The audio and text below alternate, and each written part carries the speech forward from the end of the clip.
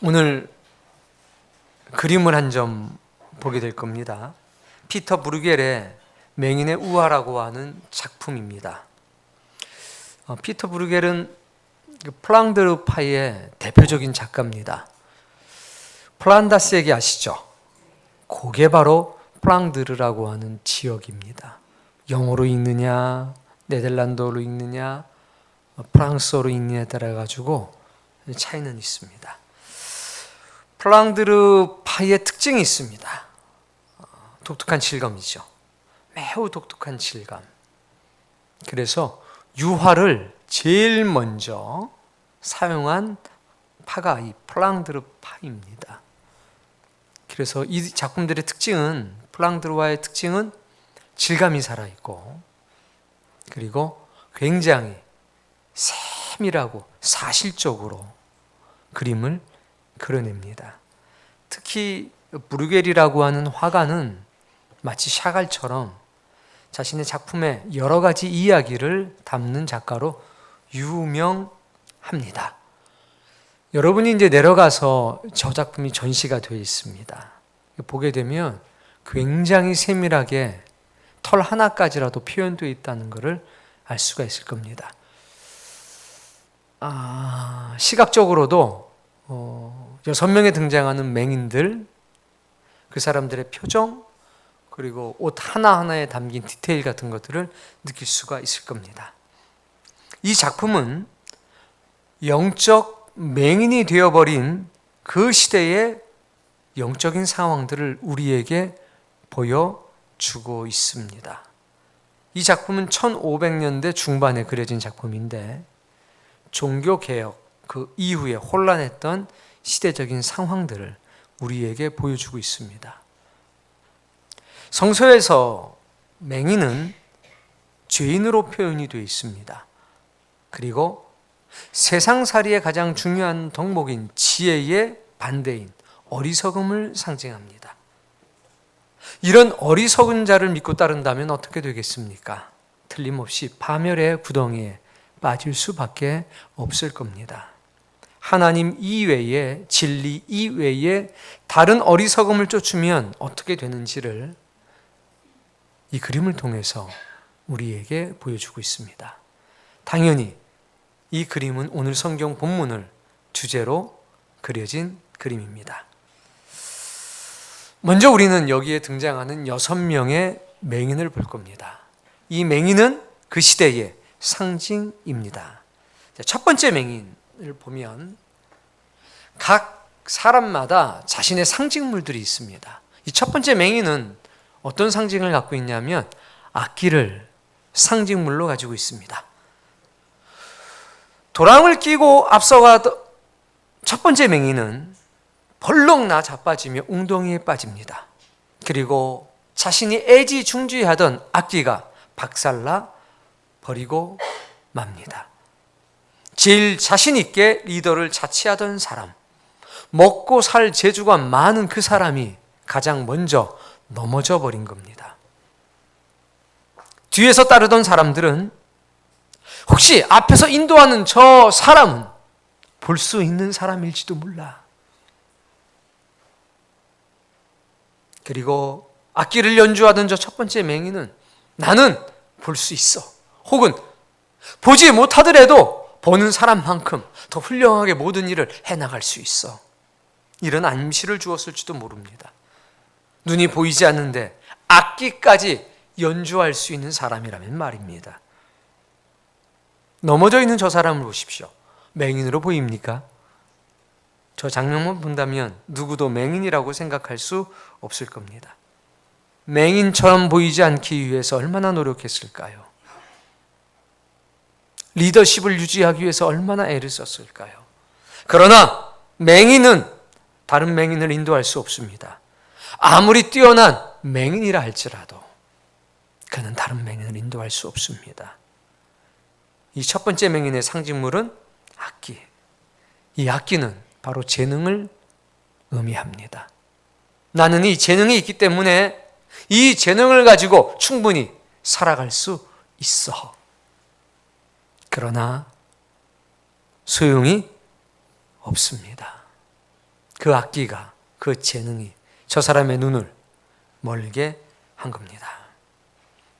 두 번째 사람은 지팡이라고 하는 상징을 가지고 있습니다. 그의 오른손을 지팡이를 놓쳐버렸습니다. 그러나 그의 왼손은 또 다른 지팡이를 굳세게 붙들고 있습니다. 아직 이 두 번째 사람은 넘어지질 않았습니다. 이 사람의 특징은 화면 바깥을 보고 있다는 겁니다. 얼굴을 확대해서 보겠습니다. 두 눈덩이가 움푹 패인 것이 보입니까? 누군가 이자의 눈을 후벼 파냈습니다. 무언가 죗값을 치렀다는 것을 알 수 있습니다. 그런데 그는 그 눈의 시선을 대중들을 향하고 있습니다. 그의 왼손은 조금 뒤에 보시겠습니다만 굳게 지팡이를 잡고 있습니다. 그리고 이렇게 말합니다. 봐, 나 아직 안 넘어졌어. 나는 어떠한 일이 있어도 이 지팡이를 굳게 잡고 있기 때문에 결코 넘어질 수 없어. 그러면서 말합니다. 나와 함께 이 길을 걸어가자. 현세의 욕망의 눈이 먼 사람들은 아마도 자신도 모르는 사이에 이 행렬에 끼게 될 것입니다. 나는 넘어지지 않았어. 전체 화면으로 해서 그 왼쪽 손 부분, 지금 저기 잘 보이시나요? 왼쪽? 작품은 밑에 내려가서 확실하게 보십시오. 얼마나 강력하게 움켜쥐고 있는지. 이 지팡이는 따라해 봅시다. 헛된 가르침, 사람의 계명. 이 지팡이는 헛된 가르침을 상징합니다. 그 헛된 가르침은 사람의 계명입니다. 저 사람은 헛된 가르침을 진리라고 굳게 믿고 있는 겁니다. 이것만 붙잡고 있으면 난 결코 넘어지지 않아. 봐, 난 지금 아직까지 넘어지지 않았잖아. 그러나 이미 그 두 다리는 중심을 잃어버렸습니다. 자, 세 번째 사람. 세 번째 사람은 독특합니다. 그의 상징은 오른손에 잡혀져 있는 모자입니다. 그리고 허리에 채워져 있는 사발입니다. 밥그릇 말입니다. 그리고 묵주가 거기 함께 매여져 있습니다. 자, 세 번째 맹인은 눈의 흰자위가 뒤집어졌습니다. 흑색 백내장이라고 하는 병을 앓은 겁니다. 이 질환은 오랜 세월 동안 서서히 시력을 상실해 가는 병입니다. 화가는 이 사람을 통해서 이 사람의 신앙이 단 한 번에 아니라 서서히 영적인 어둠 속에 묻혀가고 있다는 것을 보여주고 있습니다. 그의 다리는 힘이 없이 꼬여져 버렸습니다. 그의 왼손은 힘없이 지팡이를 붙잡고 있습니다. 두 번째 사람이 강력한 힘으로 잡고 있는 것과는 대조가 됩니다. 그의 오른손은 지팡이가 아니라 모자를 잡고 있습니다. 마치 첫 번째 맹인이 연주하면 돈을 걷는 것이 자신의 임무라는 듯 모자를 굳게 잡고 있습니다. 그는 사발에 담길 밥과 모자에 담길 동전을 생각하며 몽환적으로 걷고 있습니다. 그의 얼굴을 볼까요? 보십시오. 이의 얼굴엔 고통이 없습니다. 미래에 대한 불안도 없습니다. 굉장히 지금 흡족해 하고 있는 겁니다. 모자와 사발과 묵주는 무엇을 상징할까요? 직설적으로 얘기하면 잔머리입니다. 좀 고상하게 표현한다면 생활용 지혜 혹은 생존용 지혜를 말합니다. 그리고 이는 형식적인 신앙을 가지고 있습니다. 밥 먹을 때마다 기도하는 사람이란 얘기입니다. 그러나 이 사람은 헛된 지식, 거기에 대해선 손만 걸치고 살아가는 사람입니다. 뭐가 중요합니까? 먹고 사는 게 중요한 사람입니다. 지금 이 사람들은 마을에 들어가서 밥도 얻어먹고 술도 한 잔 걸쳤습니다. 그리고 자신의 집으로 돌아가고 있는 중입니다. 아무 걱정이 없습니다. 여전히 내일도 먹고 사는 문제는 해결이 될 거야. 그런데 그의 눈은 마치 교회를 바라보고 있는 것 같습니다. 두 번째 사람과 세 번째 사람 사이에 교회가 보여지기 때문입니다. 그러나 교회는 이들에 대한 관심이 없습니다. 이들이 든 지팡이는 마치 예언자의 지팡이처럼 보이지만 실상은 그렇지가 않습니다. 아무런 도움이 되지 않습니다. 헛된 지팡이요, 썩어질 지팡이에 불과한 겁니다. 네 번째 맹인을 보겠습니다. 이의 상징은 허리에 차고 있는 두 개의 물건입니다. 첫 번째는 주머니입니다. 가죽 주머니.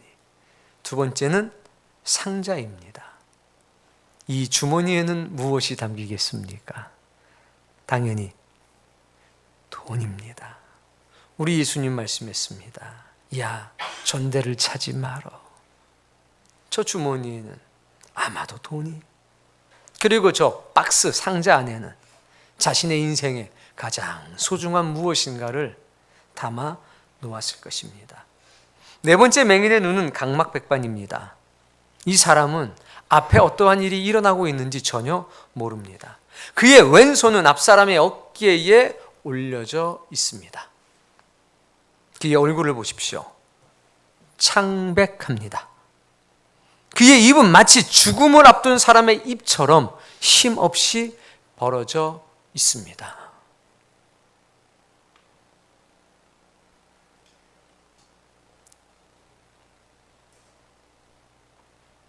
아무리 먹을 것이 있어도, 아무리 돈이 있어도 이 사람은 살았지만 누가 봐도 죽은 것 같은 사람입니다. 여러분, 이 네 번째 맹인은 돈에 이끌려 사는 사람입니다. 이 네 번째 맹인은 추억에 젖어 사는 사람입니다. 그러나 이미 살았다는 이름만 있지 실상은 죽은 자입니다. 다섯 번째 사람은 목에 십자가 목걸이를 걸고 있습니다. 그리고 가슴에는 마치 술병처럼 보이는 병 하나를 차고 있습니다. 그리고 그의 복장은 정통적인 사제의 복장입니다. 검정색 옷, 그리고 붉은색의 옷을 입고 있습니다. 그리고 가장 전형적인 맹인의 모습을 하고 있습니다. 모자를 깊숙이 눌러 쓰고 있습니다. 십자가 목걸이 무엇을 상징합니까? 종교적 생활을 상징합니다. 동시에 헛된 자랑을 상징합니다. 십자가는 어깨에 매 있어야지, 나의 삶으로 지고 가는 것이지 목에다 걸고 가는 것이 아닙니다. 그런데 저 사람은 목에 십자가를 걸고 있습니다. 성직자의 복장을 하면서 내가 과거에는 성직자였을 수도 있어. 나는 경건한 사람이야. 내가 불의한 사고로 이런 처지가 됐는데 너희가 나를 도와야 되지 않겠어? 동정을 유발합니다. 그러나 그의 허리에는, 그의 배에는 뭐가 달려 있습니까? 술병이 달려 있습니다. 당시에 타락한 캐톨릭을 우린 저 사람을 통해서 알 수 있는 겁니다. 그의 손이 잡고 있는 지팡이를 보십시오. 손만 얹어 있습니다. 소중한 게 아니라는 겁니다. 헛된 자랑을 하며 동정을 구하고 쾌락에 젖어 사는 사람들, 맹인의 전형적인 모습입니다. 여섯 번째 사람은 굉장히 독특한 사람입니다. 한눈에 봐도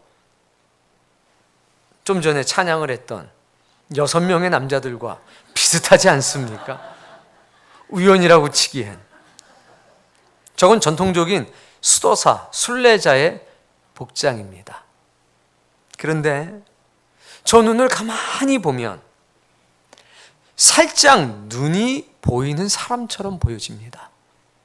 세 번째, 네 번째 사람하고는 눈의 상태가 다릅니다. 아직은 보이는 사람처럼 보입니다. 그런데 왜 이들과 함께하고 있을까요? 맹인과 함께 다니는 것이 먹고 사는 일에 훨씬 더 유리하기 때문입니다. 그의 왼손을 보십시오. 자기만의 지팡이를, 그건 오른쪽이죠? 네. 자기만의 지팡이를 굳게 잡고 있습니다. 저렇게 자기만의 지팡이를 굳게 잡고 있는 사람이 없습니다. 무슨 얘기입니까? 나는 여차하면 나 혼자 살아갈 수 있다는 거죠. 나는 너희들하고는 달라. 어쩔 수 없이 너희들과 같이 있지만 나는 언제든지 내 힘으로 살아갈 수 있고 나는 아직은 조금은 볼 수 있어.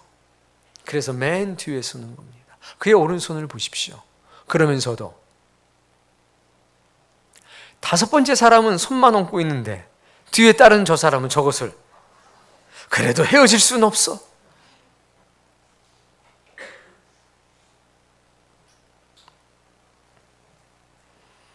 여러분, 먹고 살아야 되기 때문에 다른 사람들이 그렇게 살기 때문에 어쩔 수 없이 그렇게 살아가는 사람들도 있다는 겁니다.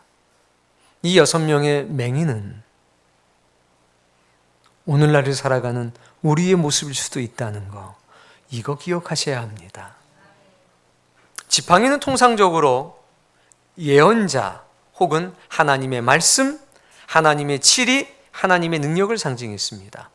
이것이 가장 잘 드러난 지팡이는 바로 모세의 지팡이입니다. 그러나 이 지팡이가 맹인의 손에 들려지는 순간 이것은 헛된 지식, 사람의 계명으로 신앙하는 어리석은 자를 상징하는 상징물이 되어버리고 맙니다. 오늘 여러분은 하나님의 신성한 진리의 지팡이를 의지해서 살아가는지 아니면 헛된 지식, 사람의 계명으로 만들어진 지팡이를 잡고 있는지 생각을 해보셔야 되겠습니다. 그림 왼쪽 하단부를 보게 되면 아주 메마른 나무 한 그루가 있습니다. 잎사귀 없습니다. 도랑을 타고 올라온 저 나무는 플로토의 나무라고 알려져 있는 나무입니다. 기독교 그림에서는 저것은 사망의 나무입니다. 결국 이들이 걷고 있는 길은 평탄한 길이 아니라 어떤 길이라는 얘기입니까? 사망의 도랑을 걷고 있는 겁니다. 그런데 아무도 모릅니다. 왜? 항상 지나다니던 길이고 자신의 집으로 가는 길이기 때문에 그렇습니다. 우리가 일상적으로 살아가는 모습, 근데 거기에 사망의 나무가 있다는 사실을 모르고 살 수도 있다는 겁니다.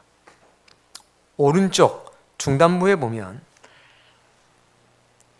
한 송이 풀꽃이 피어나 있습니다. 바로 붓꽃입니다. 기독교 그림에서는 붓꽃은 꽃잎이 칼난처럼 생겼다고 그래서 덕목을 의미합니다. 구렁이에 빠진 첫 번째 소경은 그 붓꽃을 바라보고 있습니다. 어쩌면 죽음의 순간 구원을 바라는 그 모습을 상징하고 있는지도 모릅니다. 결국 이 사람들은 구원과 사망 사이에서 방황하는 인생과 시대를 보여주고 있습니다. 마지막으로 두 번째 사람과 세 번째 사이에는 넓은 간격이 있습니다. 그리고 그 사이에 교회 하나가 자리하고 있습니다. 그런데 그 교회 앞에 서 있는 한 나무를 우리는 볼 수 있습니다. 말라 비틀어진 나무, 잎이 거의 남아있지 않은 나무를 봅니다. 이것은 어쩌면 그 교회의 모습일지도 모릅니다. 면죄부를 주는 잘못된 교리로 신앙을 병들게 하는 교회, 죽어가는 맹인들을 구원할 수 없는 교회, 어쩌면 그 교회를 상징하고 있는지도 모릅니다. 이것이 브리겔이라고 하는 화가가 우리에게 전달하고자 하는 영적인 메시지인 겁니다. 그리고 이 그림 전체를 통해서 우리에게 이런 음성을 들려줍니다. 참된 지식이 없이 살아가는 사람은 언젠가 파멸의 구덩이에 빠질 수밖에 없다. 사람을 살릴 수가 없다면, 맹인의 눈을 뜨게 할 수가 없다면 그게 어찌 진정한 교회겠는가? 교회여, 성도여, 하나님께로 돌아가자. 진리의 횃불을 높이 들자. 오늘 여러분들에게 그런 회복의 역사가 있기를 바랍니다. 이사야 말씀 59장 10절을 찾아서 한번 읽어보겠습니다. 이사야 말씀 59장 10절 찾으신 분들은 앞을 바라봅시다. 그리고 자세한 그림은 밑에 전시가 되어 있으니까 가서 보시길 바랍니다. 이사야 59장 10절 말씀 읽습니다. 우리가 맹인같이 담을 더듬으며 눈 없는 자같이 두루 더듬으며 낮에도 황혼때같이 넘어지니 우리는 강장한 자 중에도 죽은 자 같은지라. 맹인의 특징이 나옵니다. 맹인은 어떤 사람이라고 얘기합니까? 더듬는 사람. 더듬는 사람. 낮에도 황혼때처럼 넘어질 수밖에 없는 존재. 맹인은 더듬는 사람입니다. 우리는 코끼리를 더듬는 맹인들의 우화를 잘 알고 있습니다. 야, 이 세상에서 제일 큰 게 뭔 줄 알아? 코끼리야. 우와, 그렇게 크대? 좀 만져봐. 누구는 꼬리, 누구는 귀, 누구는 다리, 누구는 배, 누구는 코, 누구는 상아.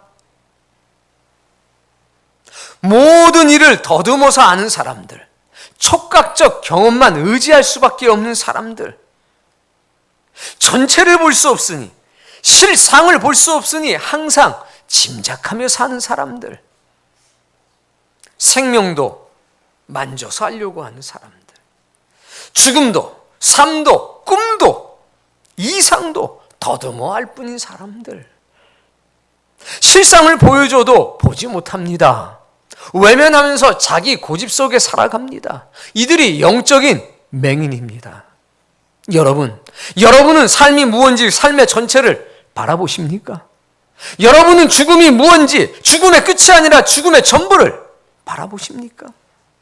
삶이 무언지, 생명이 무언지, 이상이 무언지, 여러분의 삶을 처음부터 끝까지 바라볼 수 있는 눈이 있냐는 얘기입니다. 맹인은 더듬는 사람입니다. 코끼리가 뭐야? 벽이야. 코끼리가 뭐야? 아니야, 뭔 긴 줄 같아. 코끼리가 뭐야? 아, 무슨 기둥 같은데?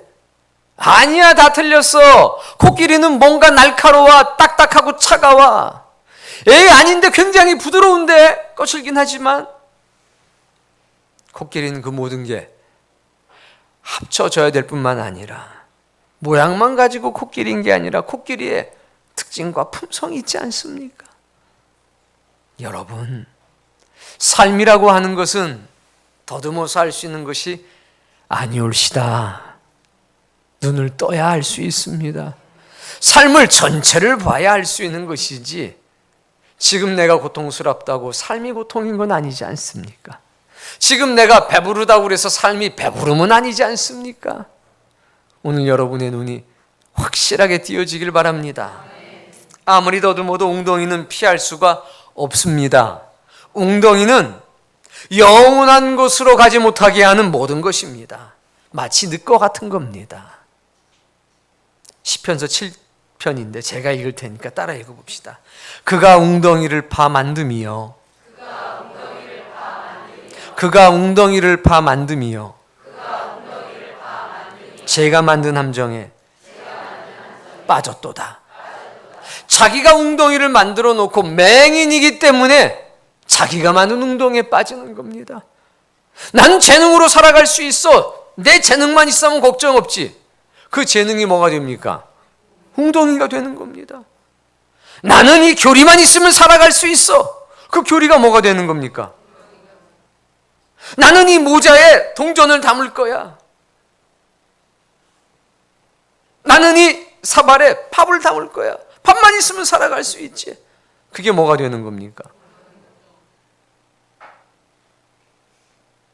참 아이러니하죠. 자기가 판 웅덩이에 누가 빠집니까?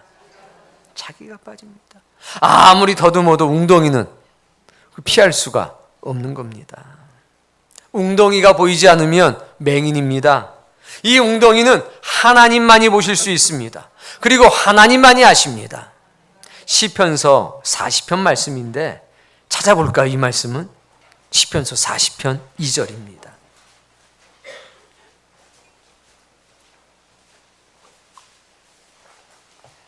시편서 40편 2절 있습니다. 나를 수렁에서 내 발을, 내 걸음을, 기가 막힐 웅덩이, 세상에 여기에 웅덩이가 있을 줄이야.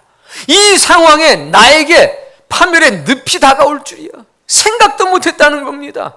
인생의 정점에 있을 때에 이 웅덩이에 빠지게 돼요.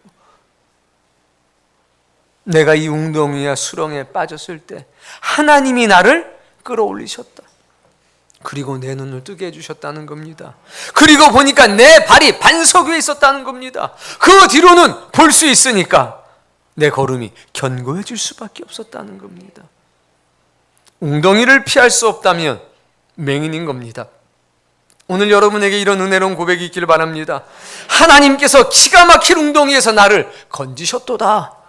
하나님께서 내 발을 반석 위에 두셔서 내 발을 견고하게 하셨도다. 우리는 맹인입니다. 영원한 것을 볼 수 없었던 맹인입니다. 지금 내 눈앞에 있는 건 다 봤지요. 현명에 판단했을 겁니다. 그러나 그뿐. 코끼리 코 만졌다고 코끼리는 아니지 않습니까? 하나님은 우리의 눈을 열어주셨습니다. 그래서 영원한 것을 보게 하셨고 멀리 있는 것을 보게 하셨습니다. 베드로가 이렇게 말했습니다. 따라해 봅시다. 이런 것이 없는 자는 맹인이라. 멀리 보지 못하고. 뭘 못해요? 또 읽어봅시다. 그의 옛죄가 깨끗하게 된 것을 잊었느니라. 두 가지를 못 보면 맹인이라는 겁니다. 첫 번째, 멀리 보지 못하면 맹인이라는 겁니다. 두 번째, 내 죄가 깨끗하게 된 것을 모르면 맹인이라는 겁니다. 베드로 후서에는 이렇게 말했습니다. 우리는 그의 약속대로 의가 있는 곳인 새하늘과 새 땅을 바라보도다. 결국 멀리 있는 그것은 뭐냐? 새하늘과 새 땅입니다. 그것을 어떤 사람은 따라해 봅시다. 거룩한 성, 생명나무가 있는 거룩한 성이라고 불렀다. 생명나무가 있는 거룩한 성을 볼 수 없다면 맹인이라는 겁니다. 그들이 이제는 더 나은 본향을 사모하니 곧 하늘에 있는 것이라. 하늘에 있는 것이기 때문에 하늘 위를 볼 수 있는 눈이 필요하다는 겁니다. 하나님께서 그들을 위해서 한 성을 예비해 놓으셨는데 거기에 생명나무를 심어 놓으셨다고 했습니다. 여러분, 여러분의 삶을 인도해 가는 것은 무엇입니까? 누구입니까? 여러분은 누구를 의지하고 무엇을 의지하며 삽니까? 악기를 의지해서 삽니까? 지팡이를 의지해서 삽니까? 사발이나 묵주를 의지해서 살아갑니까? 주머니나 상자를 의지해서 살아갑니까? 아니면 십자가 몰거리와 술병에 의지해서 살아갑니까? 지팡이 하나 들고 순례자의 복장으로 살아갑니까? 아직 희미하게 보인다는 그 눈을 의지해서 살아가고 있습니까? 사람의 어깨에 손을 얹고 든든해하고 있습니까? 혹 헛된 지식과 욕망에 사로잡혀 살아가고 있지는 않은지 보셔야 합니다. 이사야 선지자는 이렇게 말했습니다. 백성을 인도하는 자가 그들을 미혹하니 인도를 받는 자들은 다 멸망을 당하느니라. 무엇을 의지하고 사느냐, 누구를 의지하고 사느냐가 중요하다는 겁니다. 오늘 본문 13절 말씀을 읽겠습니다. 예수께서 대답하여 이르시되 심은 것마다 심으시지 않은 것은 그냥 두라.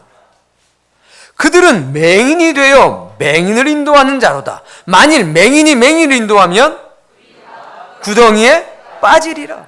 맹인이 두 명이 있는데 한 사람은 인도하는 맹인, 또 다른 사람은 따르는 맹인입니다. 이 인도자 맹인은 따라해 봅시다. 사람의 계명을 진리처럼 가르치는 사람.